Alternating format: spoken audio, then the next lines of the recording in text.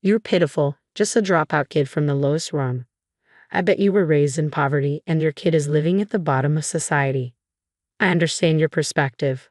Let me introduce myself. I'm Mary. My life has been a roller coaster, to say the least.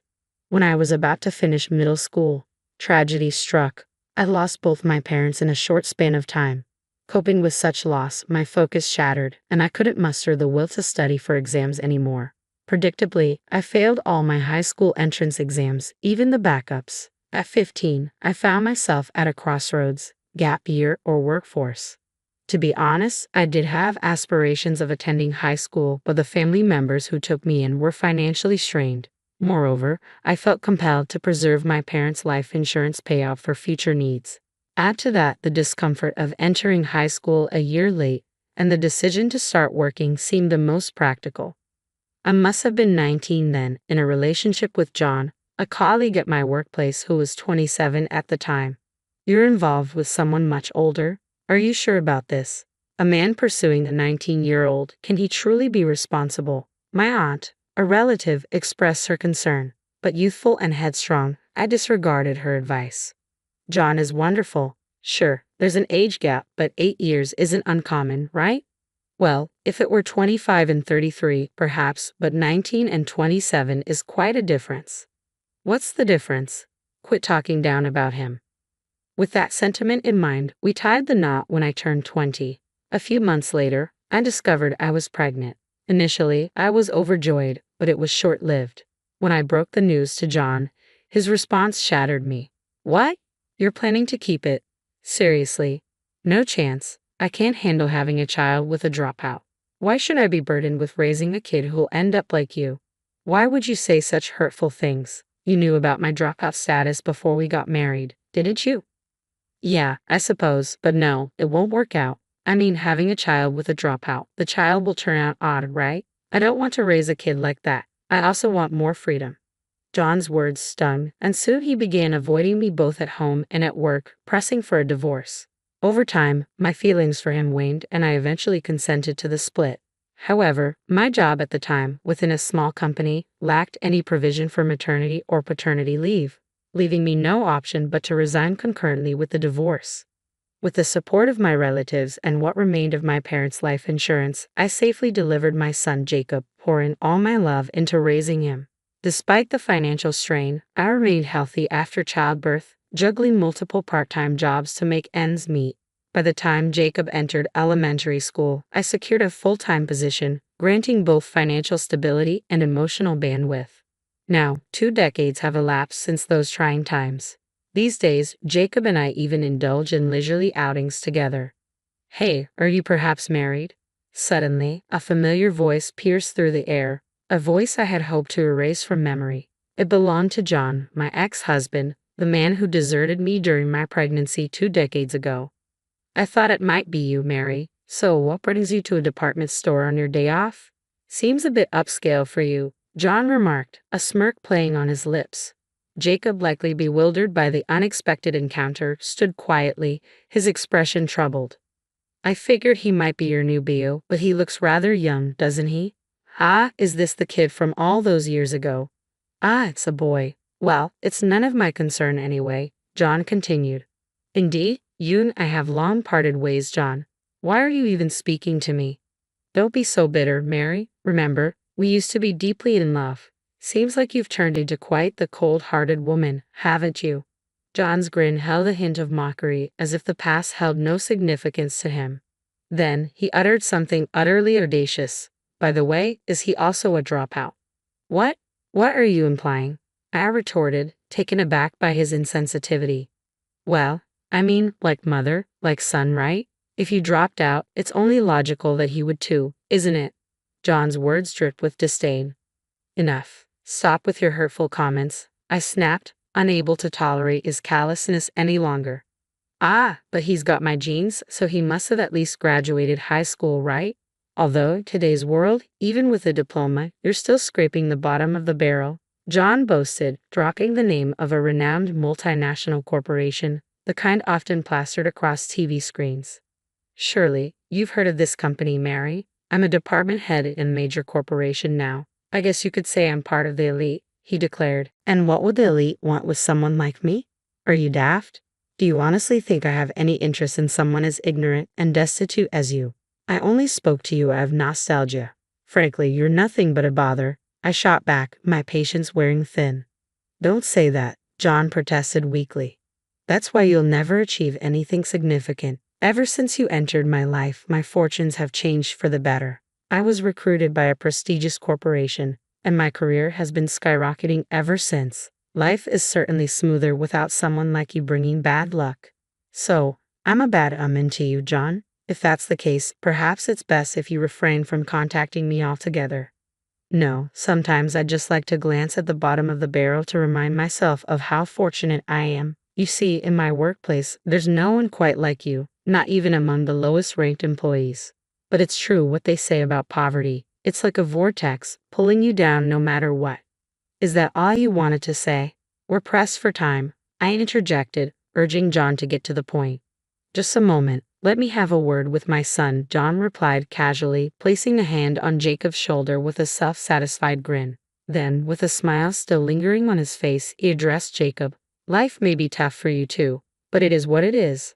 Blame your mother for her poverty and lack of education. If you're looking for someone to resent, point it towards her for having you straight out of middle school.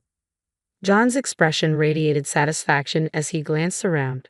John, what's taking so long? The restroom was crowded, I inquired, wondering why he was lingering. Oh, I just bumped into someone from the past, John replied casually, as if nothing significant had occurred. At that moment, his wife or girlfriend joined him, a striking woman who seemed intimately connected to John. Can you believe it? This woman dropped out of high school midway through. Not even a high school graduate, but a middle school dropout. Can you imagine? John boasted, his tone dripping with condescension. And her son is likely to follow suit, destined for the bottom rung of society. Aren't you glad you didn't have to endure such a dismal existence? You're fortunate to have landed a high achiever like me, he continued, oblivious to our presence as if we were invisible. However, the woman seemed to take notice of Jacob when he lifted his head. Peering up from her books, her expression turned startled. She pointed at him, her hand trembling uncontrollably. Isn't he? What's the matter? I asked, perplexed by her sudden reaction. Isn't that the president of one of our major clients? She exclaimed. Startled by her outburst, John pivoted around.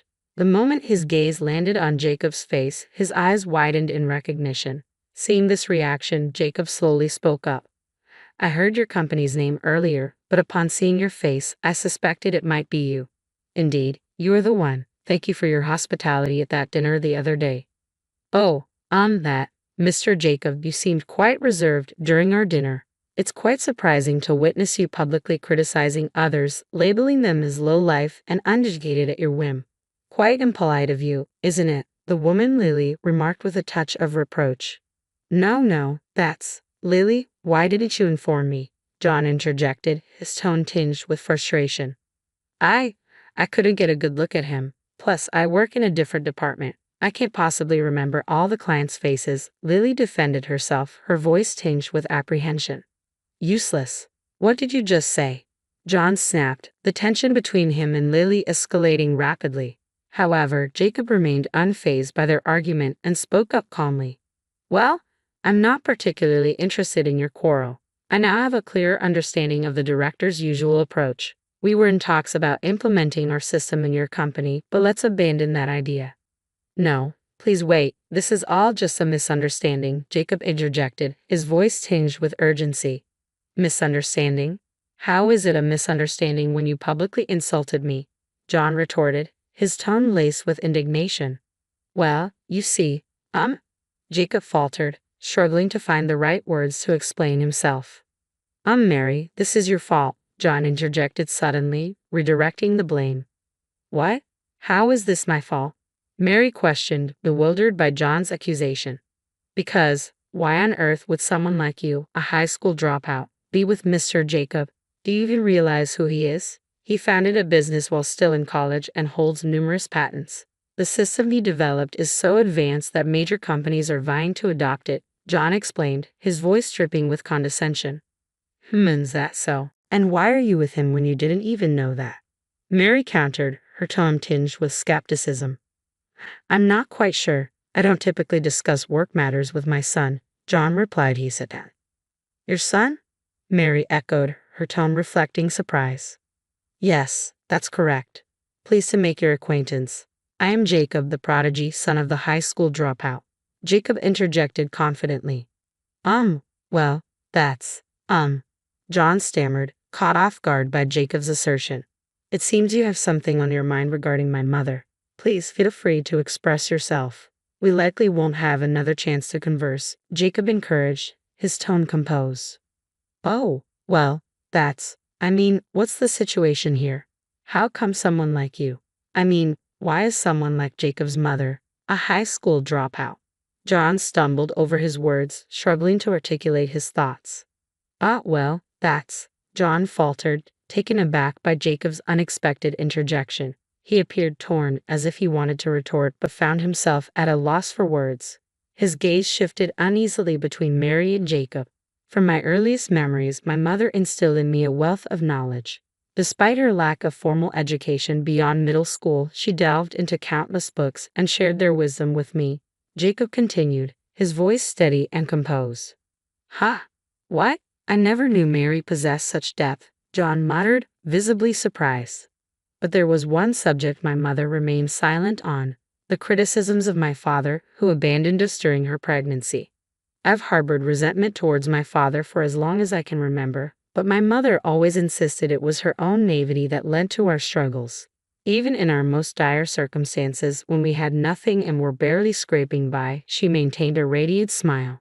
She's the person I admire most, Jacob recounted, his voice tinged with reverence. So you hold her in high regard, but Mr. Jacob, you share my bloodline, don't you? Can't you consider signing the contract with my company? John pressed, his tone pleading. Yes, I could. However, what's truly unacceptable here is your behavior. We're in a public setting, you know. Have you not considered the embarrassment you're causing?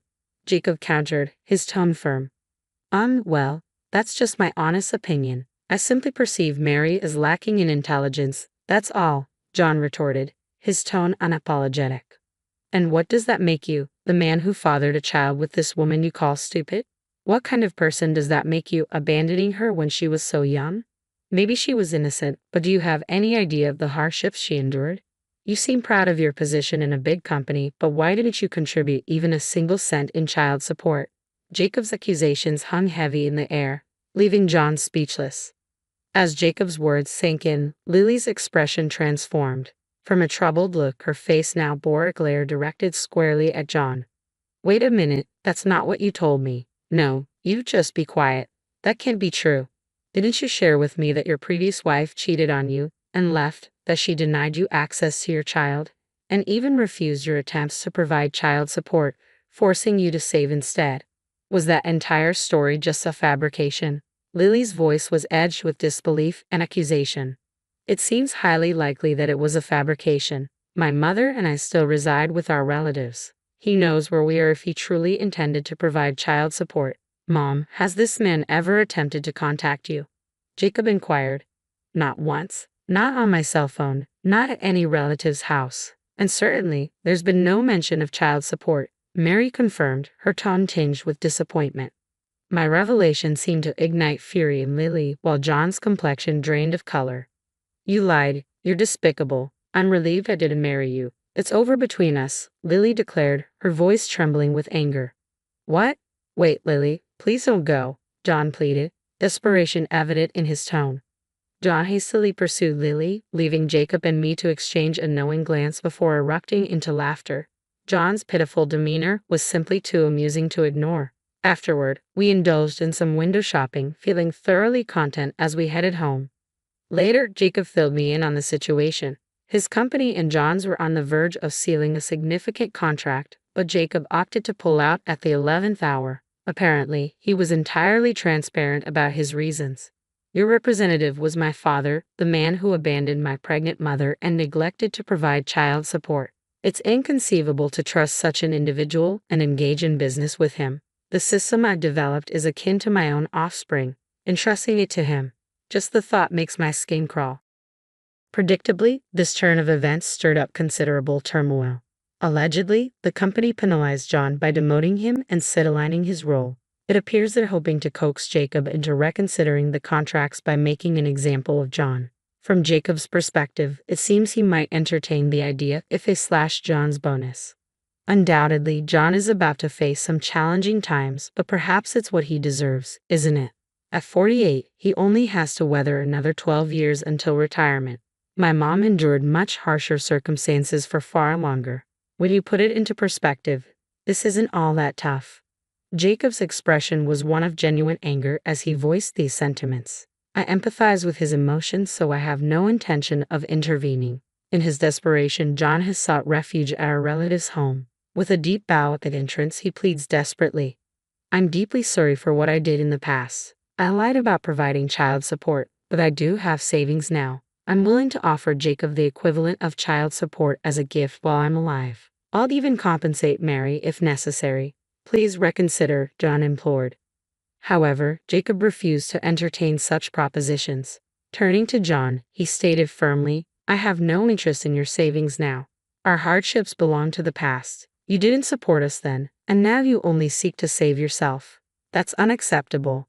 I apologize. I was young and foolish. Please forgive me, John pleaded, his voice tinged with remorse. Those who genuinely regret their actions wouldn't dangle compensation as a bargaining chip. Your selfishness knows no bounds. Please leave. If you return to this house, I won't hesitate to involve the authorities. Wouldn't that further jeopardize your position at the company? Jacob's words struck a chord, prompting John to flee in a panicked frenzy. Thanks to Jacob's intervention, it's unlikely John will darken our doorstep again. We can look forward to peaceful days ahead. Currently, Jacob is focused on completing all his college credits. But once that's accomplished, he plans to treat the entire family to a trip to a hot springs resort. Despite my protests, Jacob insists on repaying our support. If that's his wish, we'll gratefully accept his generosity. Surely, we'll enjoy a wonderful time on that trip.